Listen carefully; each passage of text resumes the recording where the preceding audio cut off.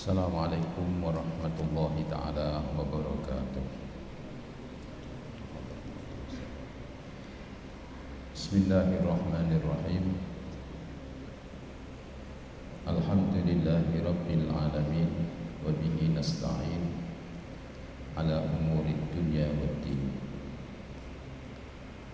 Summa salatu wassalamu ala imamil anbiya'i wal mursalin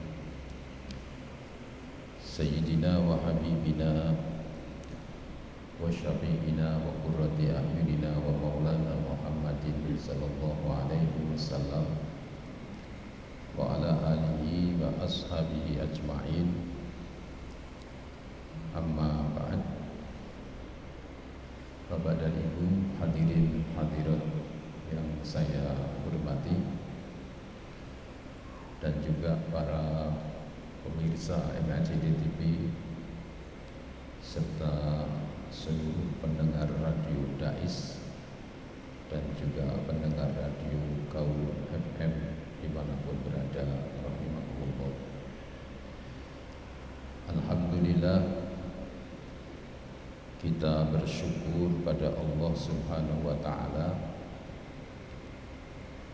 di mana sampai saat ini Allah masih memberikan kesempatan kepada kita.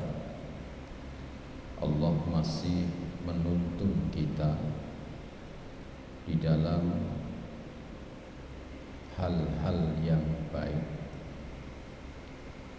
Sebagaimana pada malam ini kita berkumpul di Masjid Agung Jawa Tengah yang kita cintai ini untuk melaksanakan serangkaian ibadah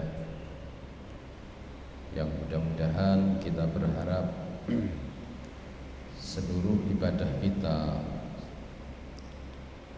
di dalam masjid ini diridhoi oleh Allah Subhanahu wa Ta'ala dan dicatat sebagai amaliyah yang solih solihah. Amin ya rabbal alamin. Baik, saya masih akan melanjutkan bab tentang penguasa yang adil, di mana di dalam hadis yang kemarin sudah saya bacakan, yaitu ada 7 golongan yang kelak nanti akan mendapatkan naungan dari Allah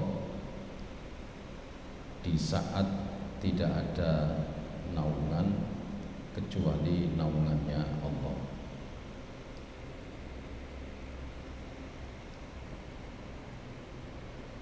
Kemarin yang belum saya sampaikan adalah yang terakhir, warajulun zakarallaha khaliyan fafadat ainahu,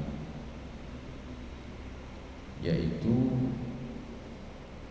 ada seseorang yang mengingat Allah di saat yang sepi, yang sunyi atau sendirian, kemudian kedua matanya meneteskan air mata. Jadi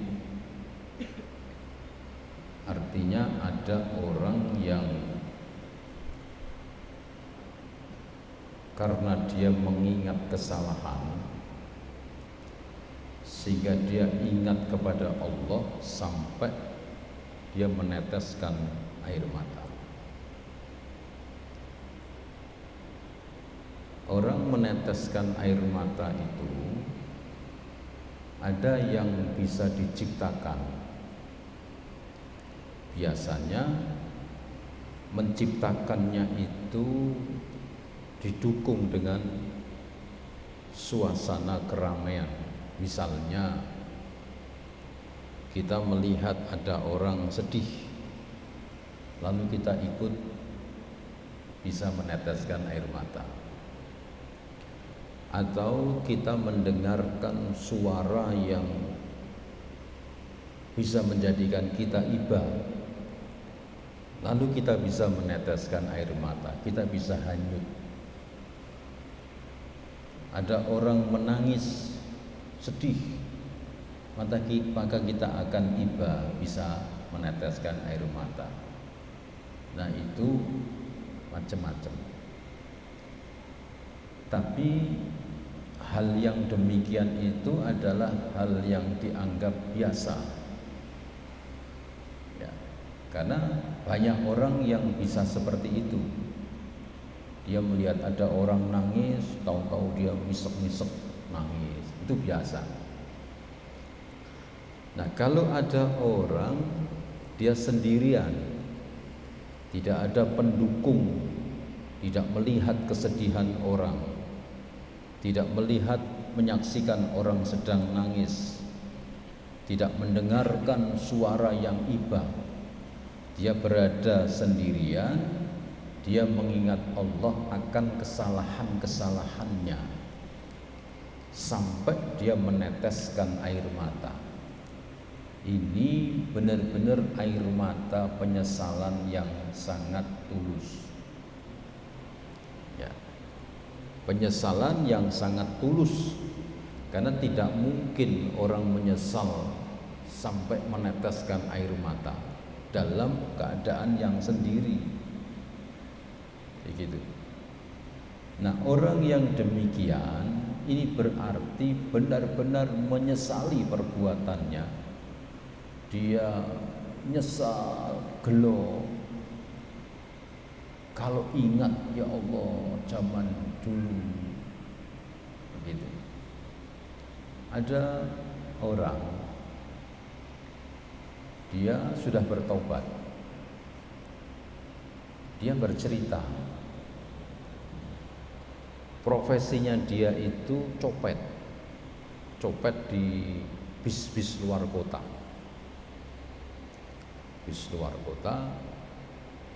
Nah, kebetulan kesempatan yang pada saat itu susah. Copet itu kan memanfaatkan kalau orang rame sehingga banyak orang yang tidak ngegewo, kemudian atau dompetnya, tasnya terbuka, atau kantong belakangnya itu nggak ada tutupnya.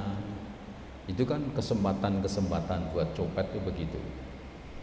Nah, kebetulan dia naiknya bis itu jurusan Semarang Jogja, jadi agak lama gitu. Dia nyari mangsa itu susah. Ada orang tua mbah-mbah istilahnya. Hanya itu kesempatan yang paling gampang, diambil uangnya. Ketika dia mau turun, biasanya itu kan begitu dia dapat langsung turun kan begitu. Nah, bis itu ya pokoknya kalau minta turun ya berhenti terus supirnya kan nggak ngerti. Begitu dia mau turun itu dia teringat, ya Allah, kok kejemen aku, ya, kok tegomen wong tuwa balik dodolane kuwi apa kuwi sarmier, tahu ya sarmier sing tipis kuwi aku wis gerek sak tumpuk tok berarti kan wis payu. Lah kok duite dicolong, dia teringat, astagfirullahaladzim, uangnya harus dikembalikan. Jadi dia ngomong, "Mbah, artone jenengan dawah," kayak gitu. Itu dia pulang menyesal dengan sampai menangis. Nah, itu penyesalan yang betul-betul tulus. Jadi pulang sendirian sampai menangis, kok kejemen aku. gitu ya. Nah, kalau ada orang seperti itu, maka dia dihargai oleh Allah Subhanahu wa taala, yaitu payung yang dimana tidak ada payung kecuali payungnya Allah. Berbeda kalau ada mantan maling misalnya, terus saya nasihati, bayo jajal pikiro ini sampai dia nangis, itu beda. Karena nangisnya saya nasihati. Ini tidak ada yang menasehati sendirian dia nangis. Ini berarti menyesal benar. Berarti penyesalannya itu timbul sendiri. Wong wis tuwa dodolane sarmier, lah kok duwite tak colong, kok yo tegel men aku gitu ya. Kalau orang yang saya nasihati, kamu coba bayangkan, misalnya itu kalau yang dicuri itu uangnya bapakmu, terus bagaimana bapakmu begini, dia nangis. Itu biasa ya, karena suasananya mendukung. Maka kata Nabi, kalau ada orang yang dia sendirian, dia mengingat Allah itu akan dosa-dosanya.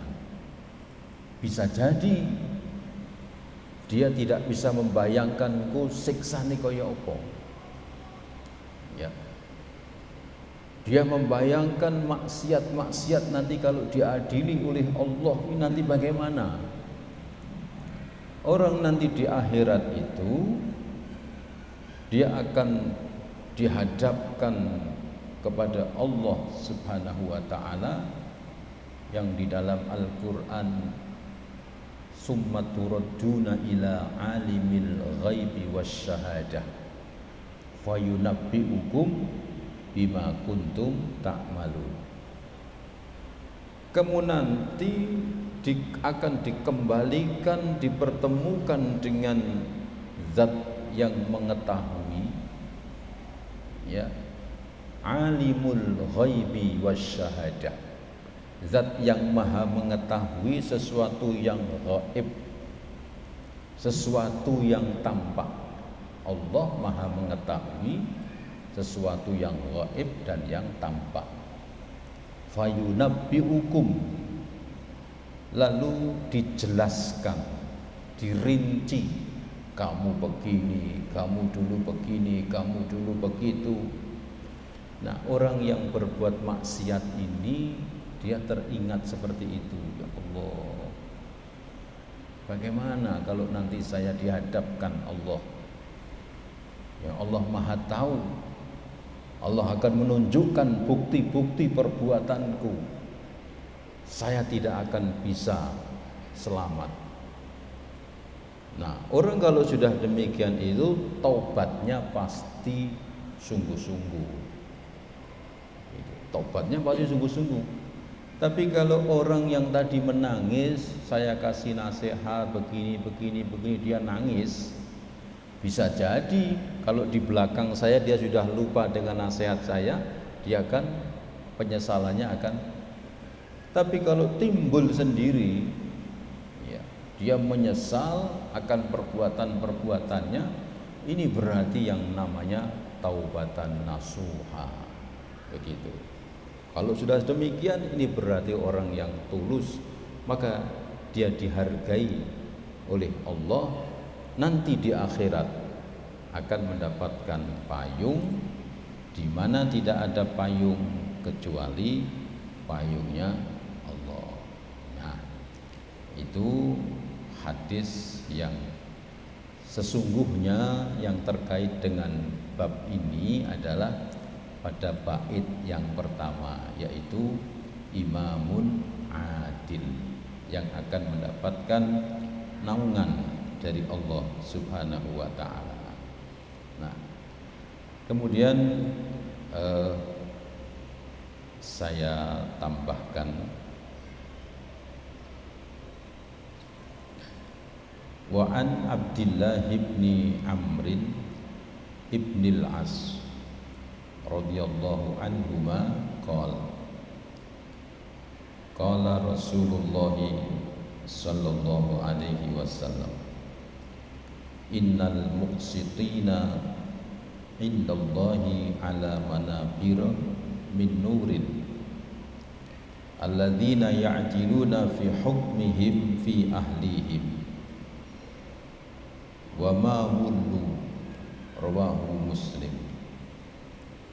Dari sahabat Abdullah bin Amr ibn al-As radhiyallahu anhu berkata, Rasulullah sallallahu alaihi wasallam bersabda, sesungguhnya orang-orang yang berlaku adil itu nanti di sisi Allah berada di atas mimbar dari cahaya. Mereka itu adalah orang-orang yang melaksanakan keadilan dalam memberikan hukum kepada keluarga mereka dan rakyat yang mereka perintah.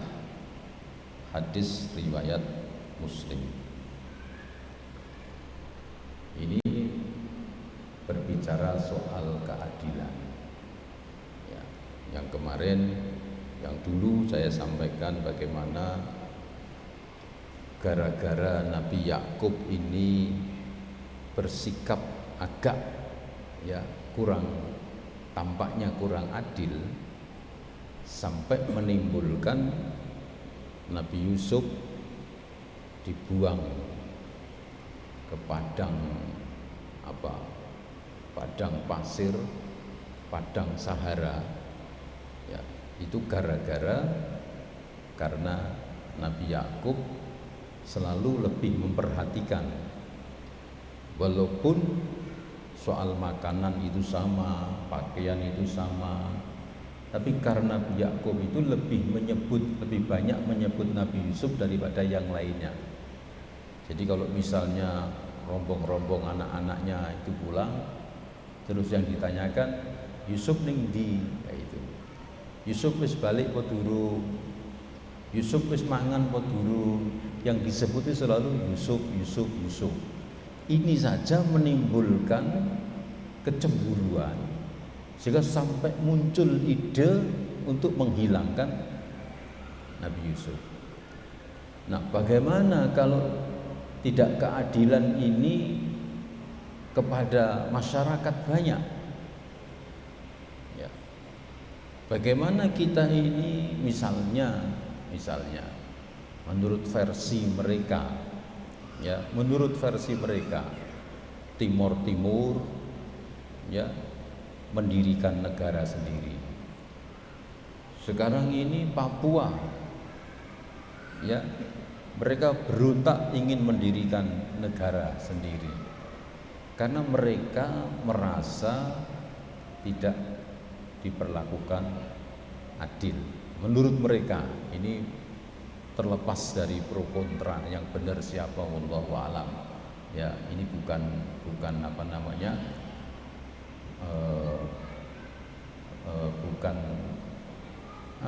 majelis kita untuk membahas itu. Tapi kita ini menyaksikan secara zahir.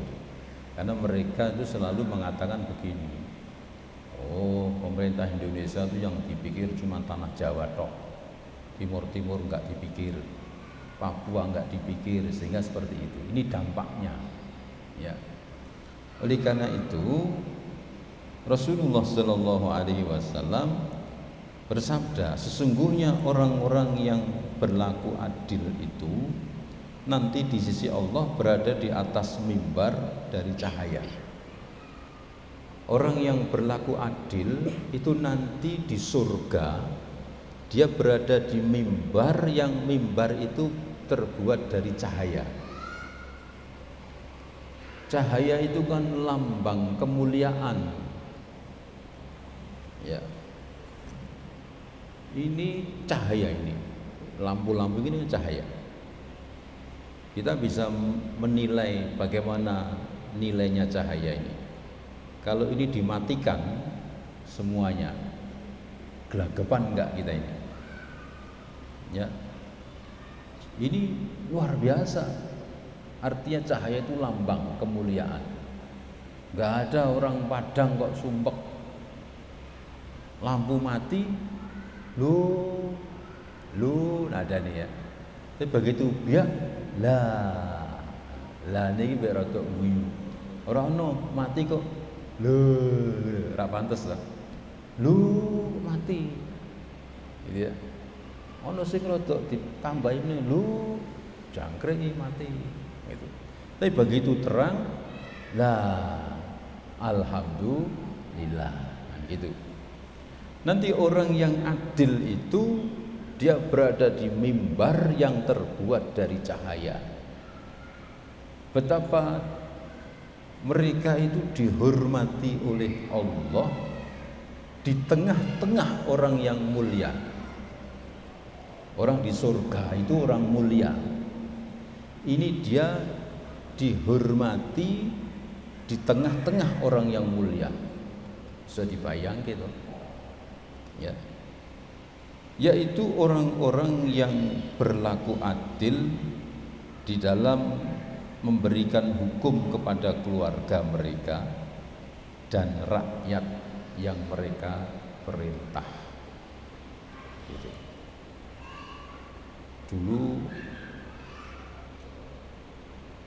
Dulu sampai ada cerita, ada hakim tidak adil. Ya, hakim disogok begitu. Ada orang punya punya kuda, yang satu punya sapi gitu ya. Kemudian sapi itu diakui oleh anak sapinya, itu diakui oleh yang punya kuda. Ini misalnya seperti itu. Dia nuntut di pengadilan, hakimnya dibayar begitu. Terus diundang, kenapa kamu? Lah saya ini, anak sapi saya ini diserobot oleh dia. Yang punya kuda mengatakan, itu anaknya kuda saya. Ya enggak mungkin, mosok kuda kok mana sapi gitu. Kata hakimnya apa? Innallaha ala kulli syai'in qadir. Gusti Allah ini maha kuasa. Begitu. Nek memang jaran manak sapi, nek Gusti Allah ngersake ya iso. Nah, begitu. Kalah ini. Terus orang ini banding, naik lagi. Kebetulan yang jadi hakimnya itu Nabi Dawud. Begitu. Ditakoni yang ngono meneh. Innallaha ala kulli syai'in qadir. Ya. Sing duwe jaran ngomongin ngono. Nabi Dawud ngomong, lho kok iso? Nah, itu di dalam kitab itu kan Allah Maha Kuasa. Begitu. Mosok toh. Nabi Dawud orangnya jawab, lu kalau jenengan nggak percaya, coba buka kitabnya itu. Wah, saya nggak berani, mau saya masih belum suci, saya masih haid. Dari Nabi Dawud. Mungkin ngadeg, mosok jenengan kok haid, wong lanang kok haid. Lu innallaha ala kulli syai'in qadir. Gusti Allah ki kuwasa. Nek wong lanang haid iso ora nek Gusti Allah ngersake. Ngono ki. Ya padha karo kowe iki gethuk. Wong jaran kok manak sapi. Innallaha ala kulli syai'in qadir jalilmu. Ya. Jadi kalau ada orang yang tidak adil, hakim tidak adil, njuk akhire piye? Iso wae wong duwe macan ngakoni anak kebune tanggane. Anake kebu ya anake macan kuwi. Lha kok iso? Innallaha ala kulli syai'in Qadir, hakime manduk-manduk. Ya iso juga, bener kowe. Nah, itu repot lahir itu. Nah, itu akibat dari sesuatu yang tidak adil. Apalagi di sini menyangkut ke pemerintahan. Pemerintah yang tidak adil itu akan menimbulkan gejolak.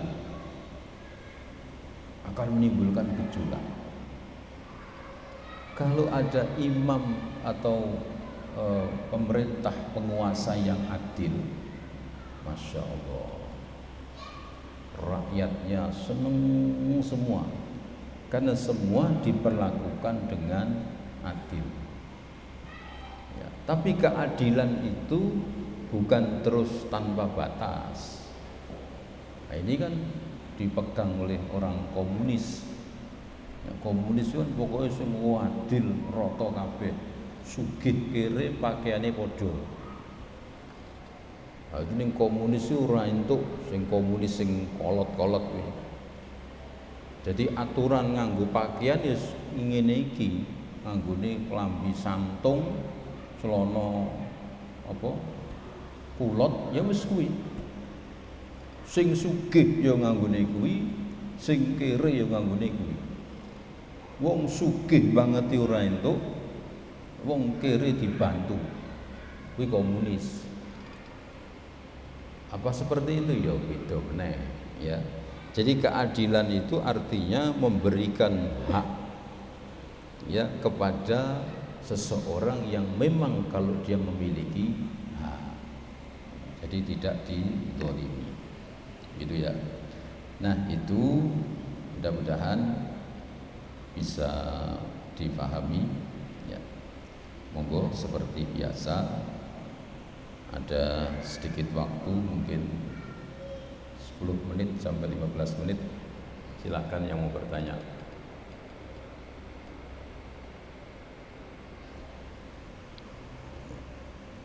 Ada waktu lumayan 20 menit ya. Ayo yang mau bertanya silahkan.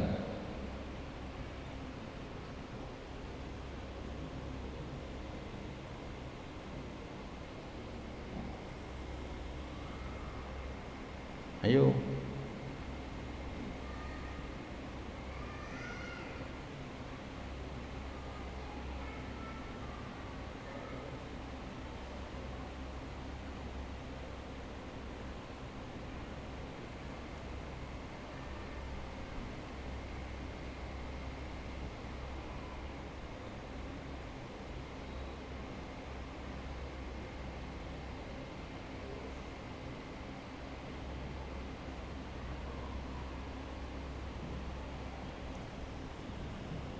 Enggak ada. Ora takon. Masuk ora takon.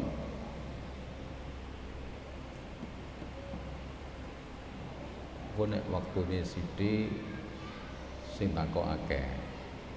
Barang digawe waktu akeh do mumpet malam.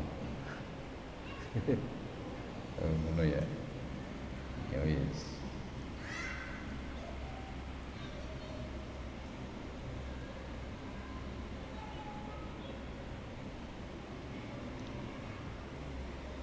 Saya lanjut ya.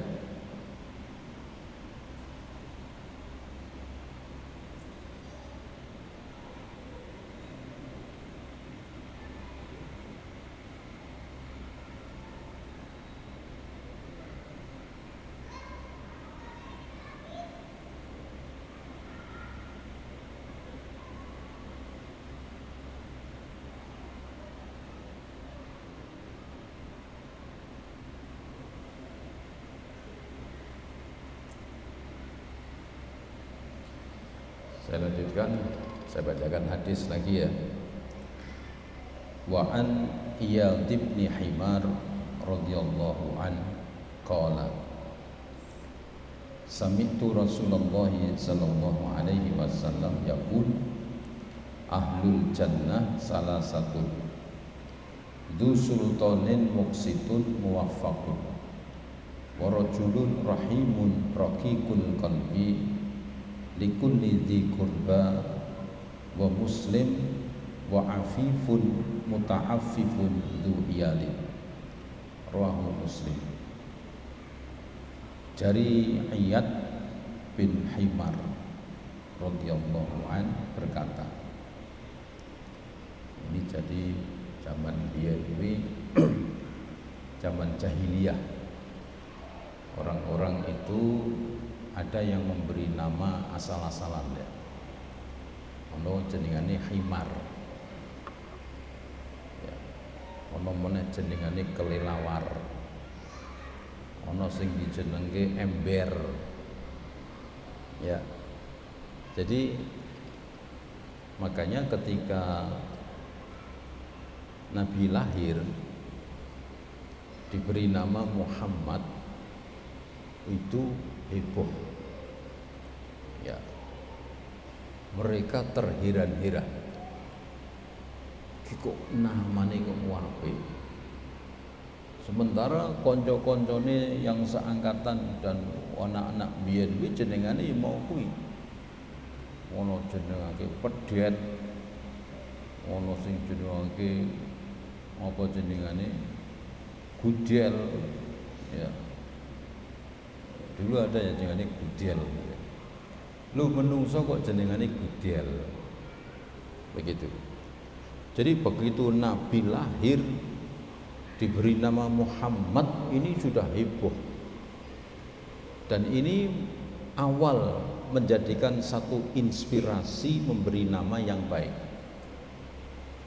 Biyen-biyen sak karepe nek gawe jeneng Abdus Syamsi, Abdul Lata, Abdul Uzza, kawulane matahari, kawulane lata, kawulane reca-reca sak maceme.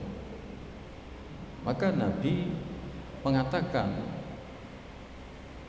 hak seorang anak kepada orang tuanya itu yang pertama diberi nama yang baik. Diberi nama yang baik. Karena nama itu doa. Nama itu doa. Wah, iki dijenengke Himar. Ya wis. Ya. Ini kan yang jadi sahabat ini kan sahabat Iyad. Iyad bin Himar. Berarti bapak ini jenengane Himar. Nama itu doa. Nek kowe kepingin anakmu dadi kiai, ya jenengno sing pantes bakal dadi kiai. Ngono. Aja kowe kepingin anakmu dadi kiai tapi mbok jenengke sing gak pantes dadi kiai. Ya, misale mohon maaf, kowe kepingin duwe anak dadi kiai, anakmu mbok jenenge Surata. Pernah kowe krungu ana kiai jenenge Surata? Ana ora? Apa? Jadi RT Surata ana. Ya. Lu tahu toh? Kiai kok Surata. Al-Mukarram Romo Kiai Haji Surata. Ora tahu. Ya. Tapi kok jenengke sing pantes dadi kiai.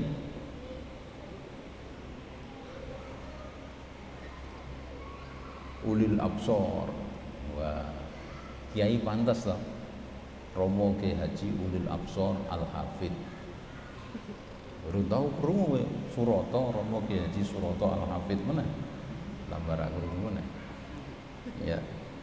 Iki jenengane Himar. Ono jenengane Romo Kiai Haji Himar. Ora ono. Ya, maka Nabi mengatakan hak seorang anak kepada orang tua itu diberi nama yang baik. Begitu. Ojo kok jenenge sembarangan. Ya, jenenge sing apik. Karena nama itu doa. Makanya orang bocah dikai nama sapa? Syafi'i, Muhammad Syafi'i, ben kaya Imam Syafi'i. Ngono. Ya. Bisa jam berapa iki? Orang 3 menit tok. Lanjut ya.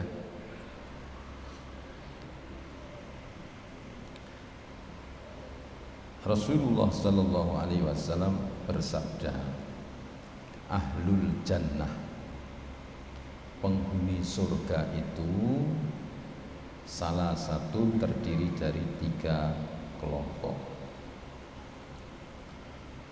Sing pertama, dzu sultanin muqsitun muwaffaqun, penguasa yang adil dan disenangi, cocok dengan masyarakat. Jadi penguasa yang adil dan disenangi masyarakat karena keputusannya sesuai dengan apa yang diinginkan masyarakat, sehingga masyarakatnya senang. Begitu. UMR naik, senang.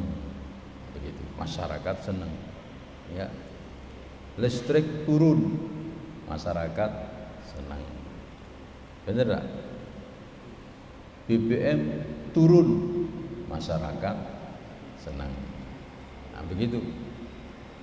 BBM munggah, angkot turun, wah jadi demo karo supir-supir angkot. BBM tunggah ke harga angkotan malah diturun ke. Jadi tidak sesuai. Muafak itu artinya yang sesuai dengan masyarakat, sehingga masyarakat itu senang. Nah ini keputusan yang pro rakyat. Ya, iki sing tak sampaikan ini bukan ngeritik ya, bukan ngeritik. Saya menjabarkan di sini. Nek kebetulan, yo berarti memang kebetulan. Bukan saya sengaja terus ngeritik pemerintah, itu tidak. Saya berusaha memberikan satu contoh bagaimana yang namanya adil dan bagaimana yang namanya tidak adil. Bagaimana dampak dari keadilan dan bagaimana dampak dari ketidakadilan. Saya menjabarkan hadis supaya orang itu faham, supaya orang mengerti dawuh-dawuhnya Rasulullah sallallahu alaihi wasallam. Beliau mengatakan ahli surga kuwi sing pertama ya kuwi penguasa yang adil dan cocok dengan masyarakat sehingga disenangi. Keputusannya itu selalu berpihak kepada rakyat. Itu penguasa yang adil. Ya. Misalnya kalau kita lihat, kita melihat di Saudi Arabia. Ya, Saudi Arabia itu duitnya akeh. Pemerintah di sana tuh memutuskan warga negara asli Saudi Arabia sekolah gratis, listrik orang bayar, ya, BBM murah, apa meneh, dibantu permodalan. Kuwi jenengane pro rakyat. Karena duitnya akeh. Gawe apa duit iki? Ya bali ning rakyat meneh. Tapi kalau ada pemerintah mengambil dari rakyat kok tidak kembali ke rakyat, ya berarti tidak adil namanya. Pemerintah di sana, rakyat Saudi Arabia itu mengagungkan, menghormati sang raja, dihormati, begitu. Wah, raja sopo saiki jenengan iki? Raja Saudi sopo? Salman. Raja Salman ini masya Allah, begitu.